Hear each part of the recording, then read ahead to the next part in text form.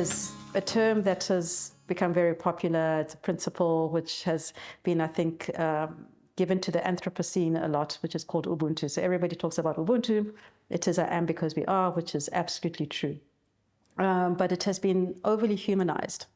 And I think the fact that there's an operating system called Ubuntu may be leading us into the right direction, because Ubuntu actually is an operating system, not necessarily in the tech world, but just in general. Because Ubuntu, it stems from a principle, a quantum principle called Ubuntu.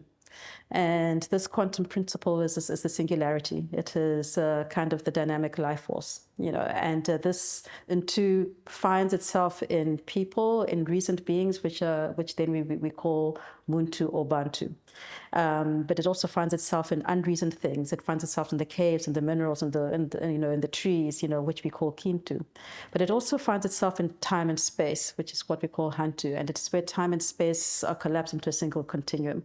Quantum physics discovered this in the last 100 to 150 years.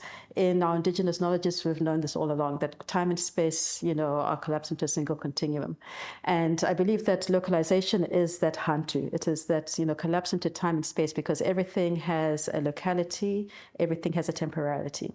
And when we understand that locality and temporality, then we're able to understand how economics can work, and here I know there's economics of happiness, happiness can only come when there's absolute resonance with that locality and with that temporality, and I believe that is where the economic system can flow from there.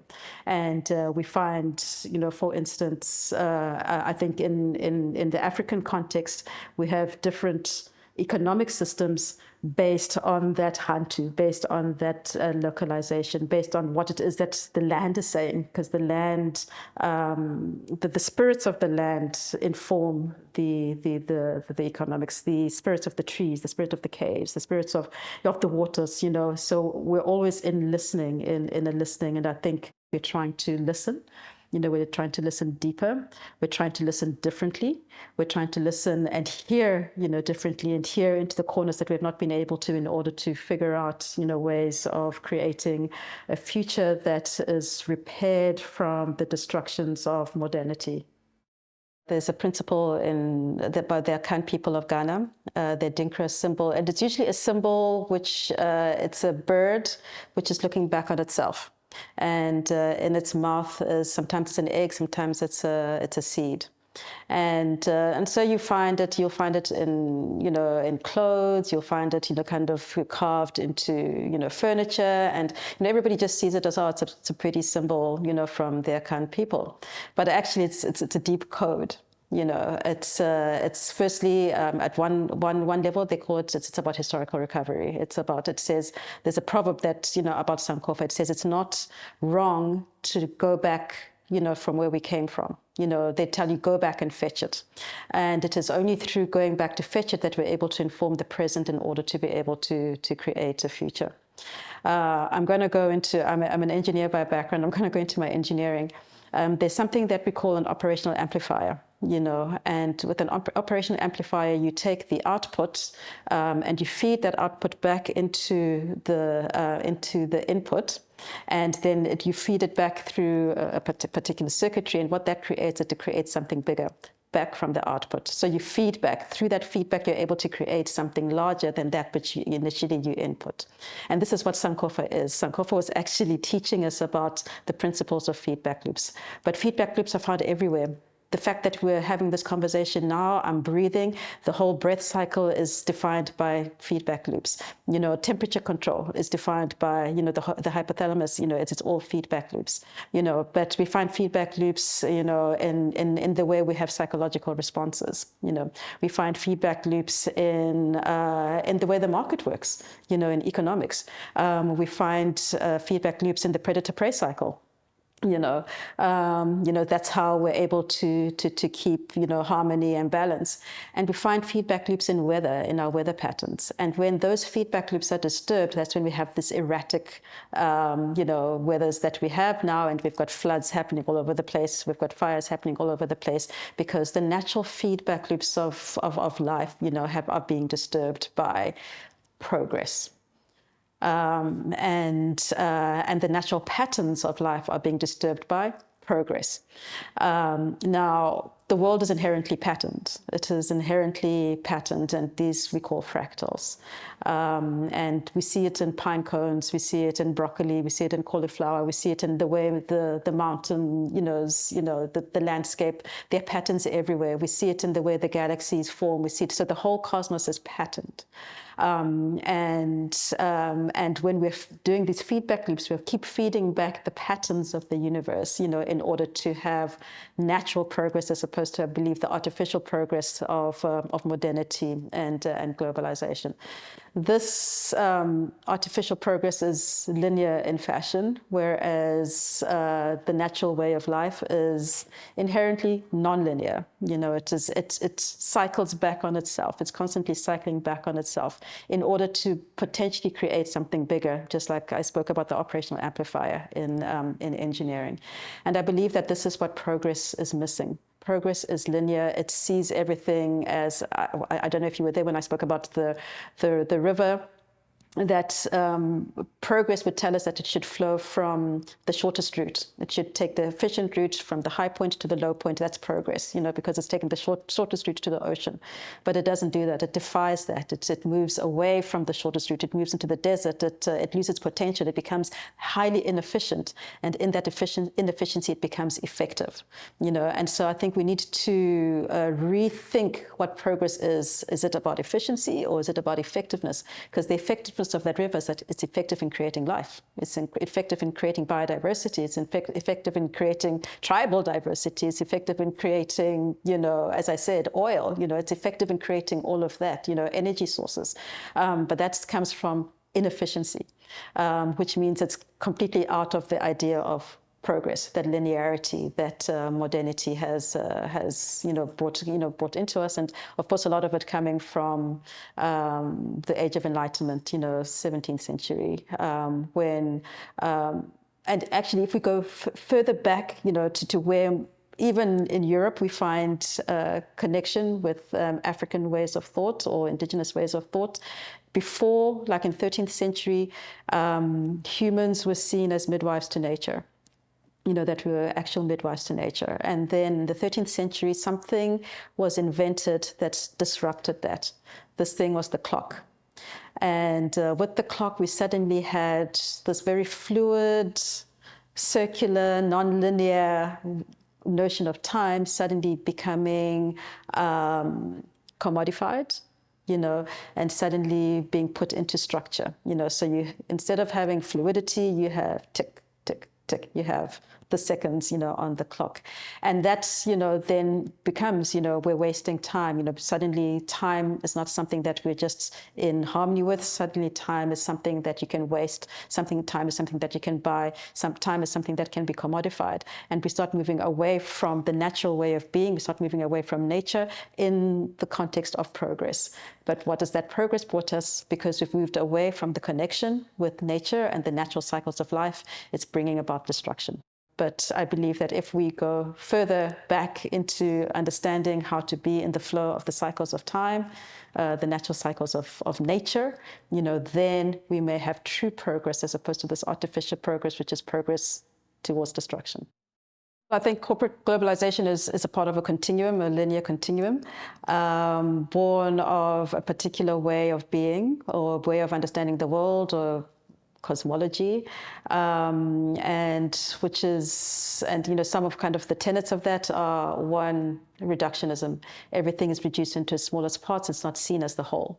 And so when we're reducing everything to its tiny parts, which is great, but we do not see the whole.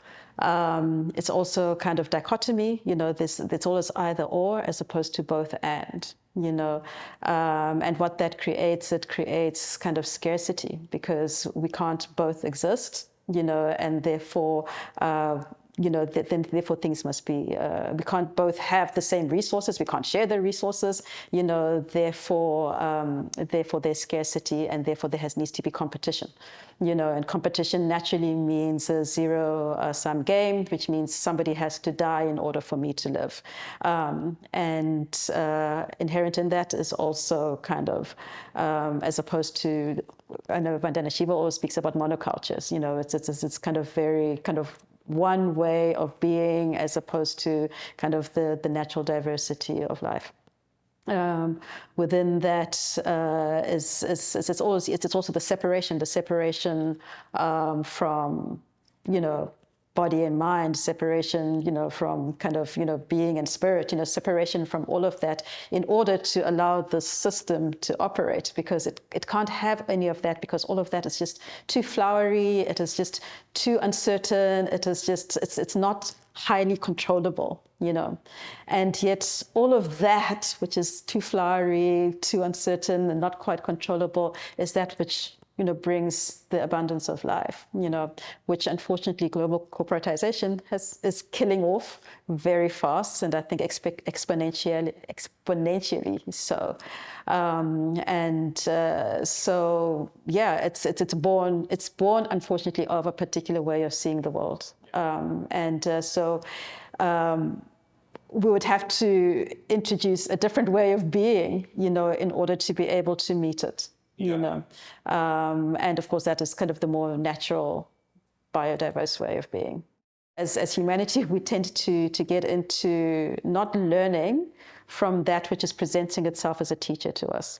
And I think the same has come with our recent pandemic and COVID. We didn't learn as a collective of humanity from this pathogen that was teaching us a way of being, which if we are able to disrupt the current way of being, it was almost like a disruptor, trying to disrupt the current way of being, if only we knew how to listen. And then what we do is we become reactive. We create boundaries. We create a military response to everything. So whether it is lockdown, whether it is vaccines, whatever it is a military response, because that's what we must always do, because we're trying to safeguard that scarcity. This time the scarcity is the scarcity of life. We're trying to safeguard that by creating military interventions. And yet what the virus was trying to tell us was, play with me. The virus was, trying to say, learn from me. Learn how I am, notice how I operate. You bring in lockdown, I mutate, I change myself, I change my inner structure. I become more transmissible. You create a particular vaccine regime, I mutate even more. And maybe I may, become more vulnerable within myself. And in becoming more vulnerable within myself, guess what? I became more transmissible. I create more death. What would happen if, as humans, we were able to learn the techniques that nature is presenting to us at every particular moment, even in the times of crisis? Even the crisis itself is a teacher. And I believe that then, if we're able to learn those lessons and feed those into our feedback loops, into our input, then maybe we have a potential for creating community, for creating a way of being that is able to disrupt the current system, which is, I believe it is catapulting towards destruction. There's a lot of people doing incredible stuff in their own contexts. I wonder to what extent we can cross, into each other's context in order to be sticky together. Maybe just coming into my context in Africa, and allowing the stickiness of Africa to inform kind of, localization, ideals, that kind of thing, I think would really assist, I believe in creating a co-creative, co-collaborative, co-laboratory, where we're able to maybe start co-imagining, different ways of being together. I used to work in a university, and part of what the research chair that I was part of was trying to do was to almost not necessarily disrupt the modern academic way, but bring transformation by enlargement. What would happen if we brought other ways of being and other epistemologies into the academic space? And we used to bring elders from, into conversation with emeritus professors from all, from law, from philosophy, from, science, from economics, etc.